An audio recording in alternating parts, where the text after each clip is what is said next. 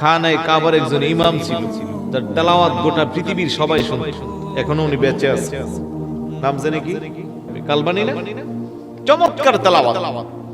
কিছুদিন আগে দেখলাম 3/4 বইটা সমুদ্র পাড়ে বসে রয়েছে। নাউজুবিল্লাহ বলবেন না? আরেকটু জোরে বলুন না নাউজুবিল্লাহ। আরো যত আপত্তিকর অশালীন কাজ আছে এগুলো সে করতেছে। এখন আর খানায় কাবার ইমাম নাই, সেকে বহিষ্কার করে দেওয়া হয়েছে। এটা নিয়ে গোটা পৃথিবীর ইসলামিক স্কলাররা চিন্তায় পড়ে গেল, ব্যাপার কি?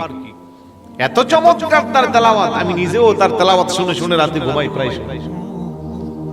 খবর নিয়ে দেখা গেল মার অভিশাপ।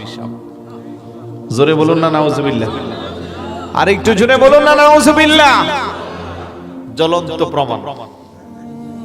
মা অভিশাপ দিলে এটা দিতে দেরি হয়। কোন শিকারী যদি পাখি শিকার করার জন্য বন্দুক ছুড়ে, এটা অনেক সময় হয়, অনেক সময় মিস হয়।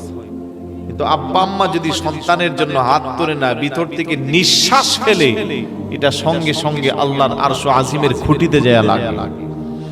পরকালে তো শাস্তি আছে, দুনিয়াতে এটা সাথে সাথে অ্যাকশন কাজে লাগে। কথা কোন ঠিক না?